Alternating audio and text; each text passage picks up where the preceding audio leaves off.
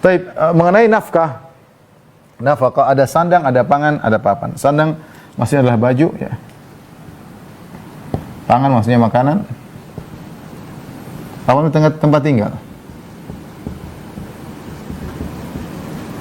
Ini adalah kewajiban yang harus dipenuhi oleh seorang suami. Misalnya baju yang normal bagaimana sebagai seorang yang wajar, karena Allah mengatakan liyunfik dzu sa'atin min sa'atih.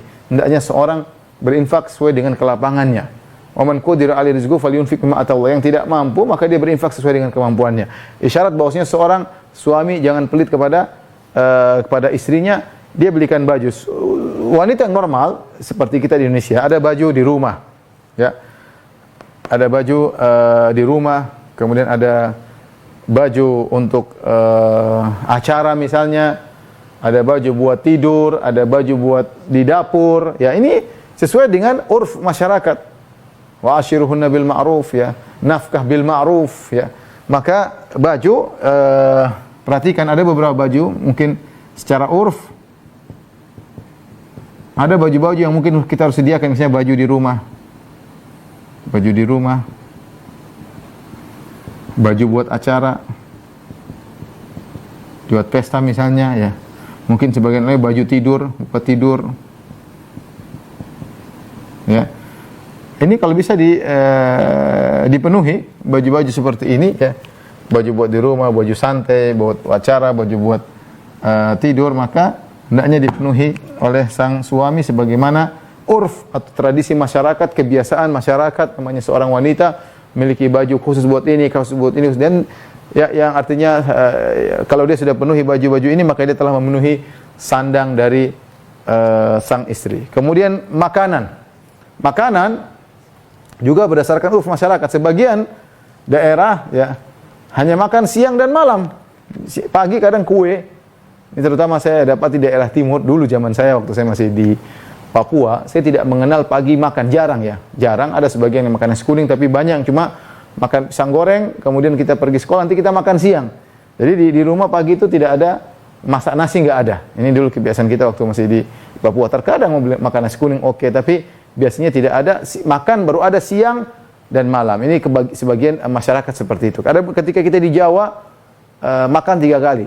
Pagi udah makan nasi, siang makan nasi, malam makan nasi juga. Jadi tergantung pangan, biasanya ya, sesuai dengan urf, ya.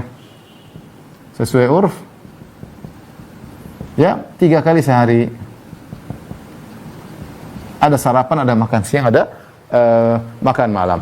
Makan yang wajar, ya, kita penuhi bagi istri kita. Oleh karenanya bapak-bapak yang kemudian istrinya sudah gemuk, berarti sudah top, ya, sudah memenuhi hak istri untuk makan. Kalau istrinya kurus, krempeng, ini mungkin dizolimi sama suaminya. Apalagi istrinya kurus, krempeng, suaminya gemuk, ini masalah. Tapi kalau istrinya sudah badannya berisi, sudah insya Allah berarti sudah selesai, berarti kebutuhan makanannya telah dipenuhi.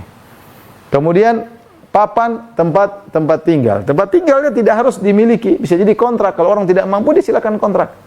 Kalau dia mampu, dia yang penting istrinya bisa tinggal di rumah tersebut. Ada hal yang beberapa yang saya sampaikan mengenai tempat tinggal. Perhatikan, ingat, istri berhak mendapatkan privasi rumah. Istri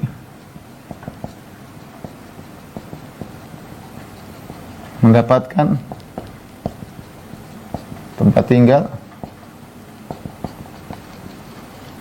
yang privat, ya, yang privasi. Ya, artinya tidak dicampur dengan istri yang lain kalau suaminya 2, ya. Artinya tidak dicampur dengan madunya. Kemudian juga tidak dicampur dengan keluarga suaminya. Ini penting untuk diketahui oleh para suami. Ketika istri berhak mendapat tempat tinggal yang dimaksud tempat tinggal privasi, artinya dia dan keluarganya. Ya, dia punya hak untuk tinggal sendiri. Ya, jangan sampai kemudian suami menikahi seorang wanita tinggal satu rumah sama istri pertamaku. Tidak, itu tidak sunnah. Sunnah dia punya privasi sendiri. Nabi SAW ketika punya istri banyak, masing-masing punya rumah. tidak disuruh gabung bareng-bareng ya. Kalau kumpul-kumpul mereka silakan, tapi masing-masing punya rumah. Tidak boleh dicampur dengan madunya, tidak boleh ya. Kecuali ridho di antara mereka. Karena kalau dicampur rawan bertengkar, rawan terjadi masalah. Kalau ridho nggak ada masalah di antara mereka, berarti mereka menjatuhkan hak mereka.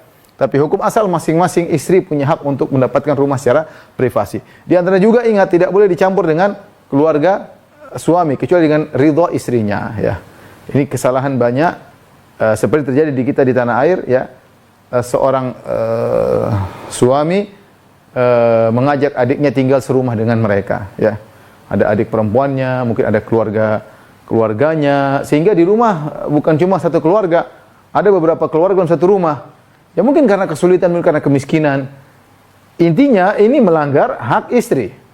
Maka seorang lelaki suami ketika tahu dia melanggar hak istri, maka harusnya dia lebih legowo kepada istrinya. Terutama misalnya dia tinggal bersama ibunya bersama istrinya. Dan ini sering terjadi cekcok antara ibu mertua dengan mantu wanita. Ini sering sekali terjadi cekcok. Dan banyak kasus yang kita hadapi, laporan-laporan, curhat-curhatan, bagaimana terjadi keributan antara mantu wanita, yaitu istri dari anak laki-lakinya dengan sang ibu mertua. Ya. Seharusnya masing-masing punya privasi.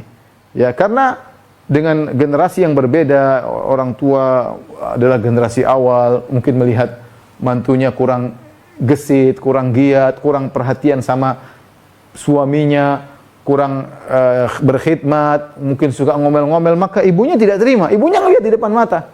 Dia merasa anak laki-lakinya direndahkan, akhirnya terjadi cekcok, akhirnya terjadi rame, ribut. Ini kesalahan kembali kepada sang suami. Ya. Harusnya dia tidak menyatukan antara istrinya dengan ibu mertuanya. Ya. Seandainya kondisi mengharuskan dia menyatukan antara istrinya dengan ibunya, ya, maka dia harus legowo, dia harus tahu bahwasanya tatkala itu hak istrinya yang dia jatuhkan.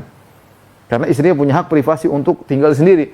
Tatkala dia tahu hak istrinya dijatuhkan, dia harus banyak legowo ya kepada istrinya karena dia yang salah dalam hal ini.